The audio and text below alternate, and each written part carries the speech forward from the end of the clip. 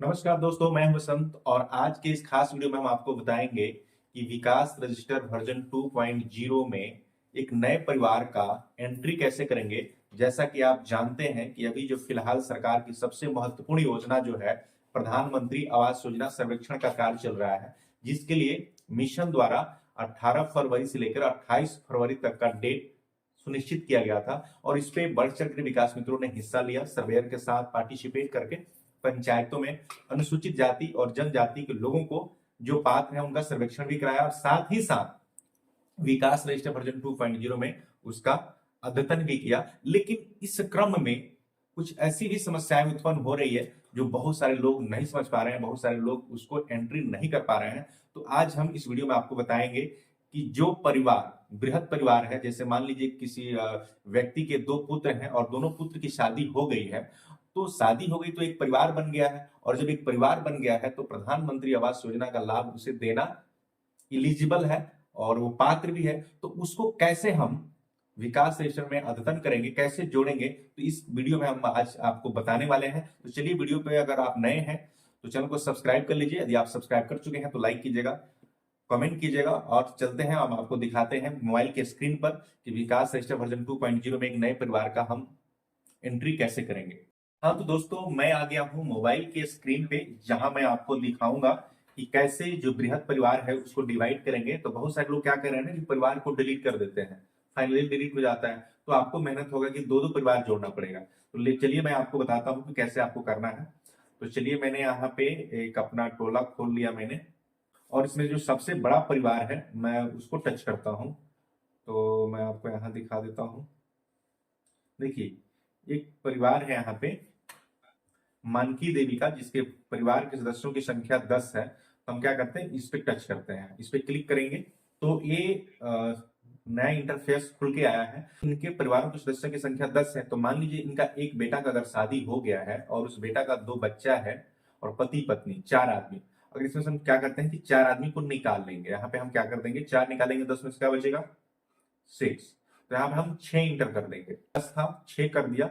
और फिर हम आगे यहाँ देख लेंगे 2 नंबर के पेज पर औपचारिक शिक्षा से वंचित विद्यालय में नामांकित बच्चों की संख्या। तो यहाँ पे 0 होगा अगर आपने करवाया है औपचारिक शिक्षा से वंचित बच्चों की संख्या।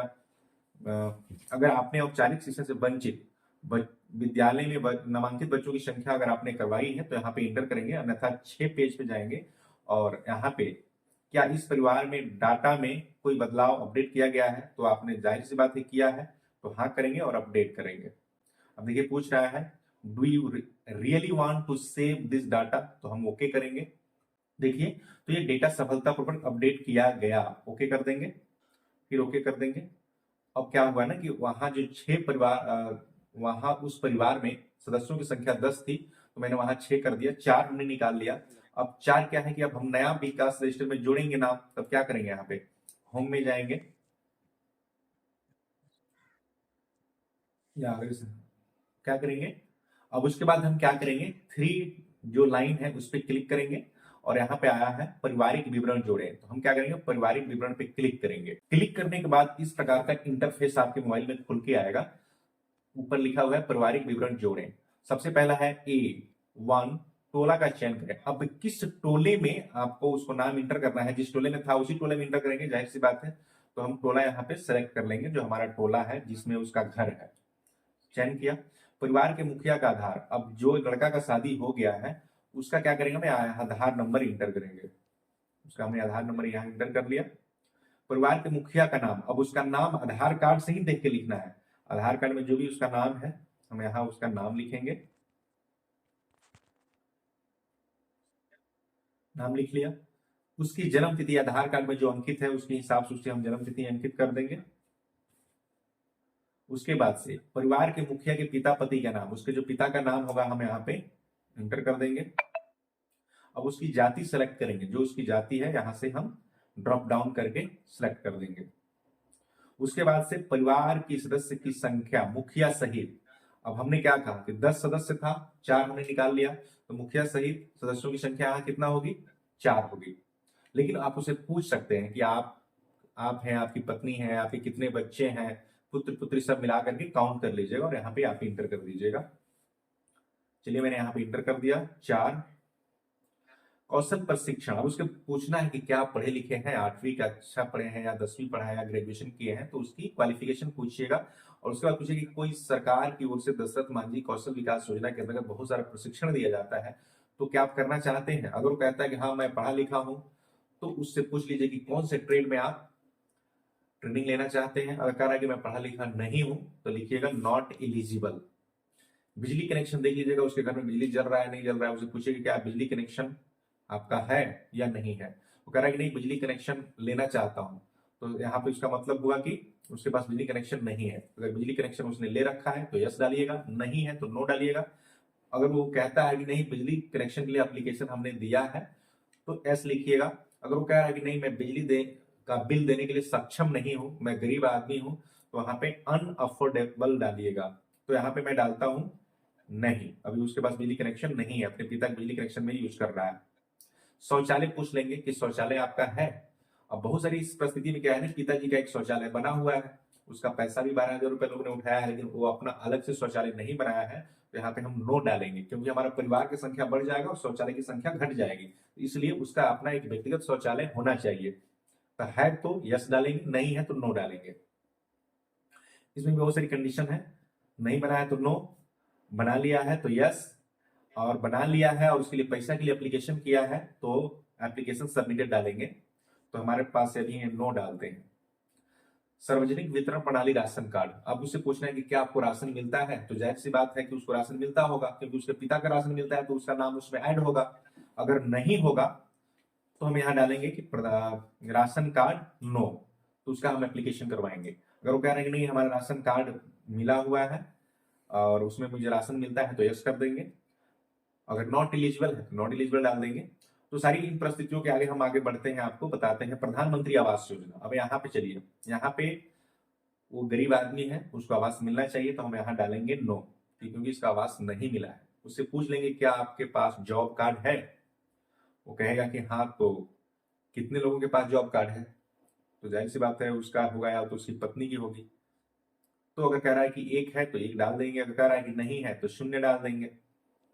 परिवार के कितने सदस्य जीविका समूह से आच्छादित हैं, जुड़े हुए हैं, तो जाहिर सी बात है उससे जीविका कहिएगा तो हो सकता है जानता है या नहीं भी जानता है, तो कहिएगा कि 10 रुपया जो हर सप्ताह में जमा किया जाता है उसमें आपकी पत्नी है।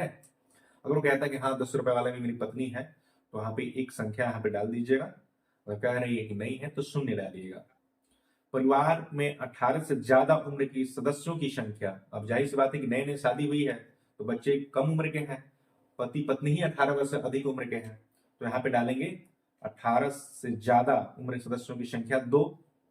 अब उनसे पूछना है कि क्या आप दोनों का नाम मतदाता सूची में जुड़ चुका है। अगर वो कह रहा है कि हाँ दोनों का नाम जुड़ चुका है, तो यहाँ पे 2 डाल देंगे। अगर वो कह रहा है कि नहीं अभी तो मेरा जुड़ा है, मेरी पत्नी का नहीं जुड़ा है, तो आप 1 डालेंगे और उसकी पत्नी के लिए बीएलओ को आवेदन देंगे ताकि उसका मतदाता सूची में नाम जुड़ जाए। इस प्रकार से परिवार के कितने सदस्य के पास आधार कार्ड नहीं है।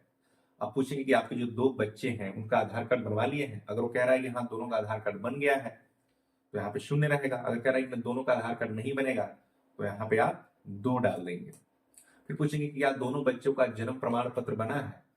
जब बच्चा का डिलीवरी हुआ था तो हॉस्पिटल में जन्म प्रमाण पत्र बन जाता है या गांव में आंगनबाड़ी के द्वारा बनवा लिया जाता है, तो ये सारी चीजें उससे पूछ लेंगे। अगर कह रहा है कि जन्म प्रमाण पत्र नहीं बना है, तो उसकी संख्या यहाँ पे डाल देंगे। और ये भी ध्यान रखना है कि जो व्यक्ति का हम डाटा एंट्री कर रहे हैं, तो उससे भी पूछ लेंगे कि आप मैट्रिक पढ़े लिखे हैं या नहीं है। अगर दोनों पति पत्नी मैट्रिक पढ़े लिखे हैं, तो जन्म प्रमाण पत्र का सर्टिफिकेट उस मैट्रिक का सर्टिफिकेट है, तो यहाँ पे हम डालेंगे कि भाई आपने मैट्रिक किया है तो 2 जन्म प्रमाण पत्र आपके पास है। और बच्चों का भी अगर नहीं है तो उसको भी काउंट कर लेंगे। अगर बन गया है तो यहाँ पे उसकी संख्या कम कर देंगे। उसके बाद दूसरे नंबर पेज पे जाएंगे और उसके शैक्षणिक योग्यता की जो पारिवारिक विवरण में जो अनुसूचित जाति जनजाति परिवार की शैक्षणिक स्थिति है उसको पूरा फिल करेंगे।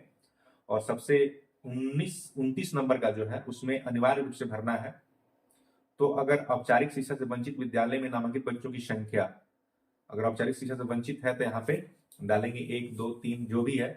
अगर नहीं है तो यहाँ पे हम शून्य कर देंगे। उसके बाद से क्या करेंगे, हम 3 4 5 6 तक जाएंगे और उसको सबमिट करेंगे। सबमिट करने के बाद डाटा आपका सक्सेसफुल हो जाएगा।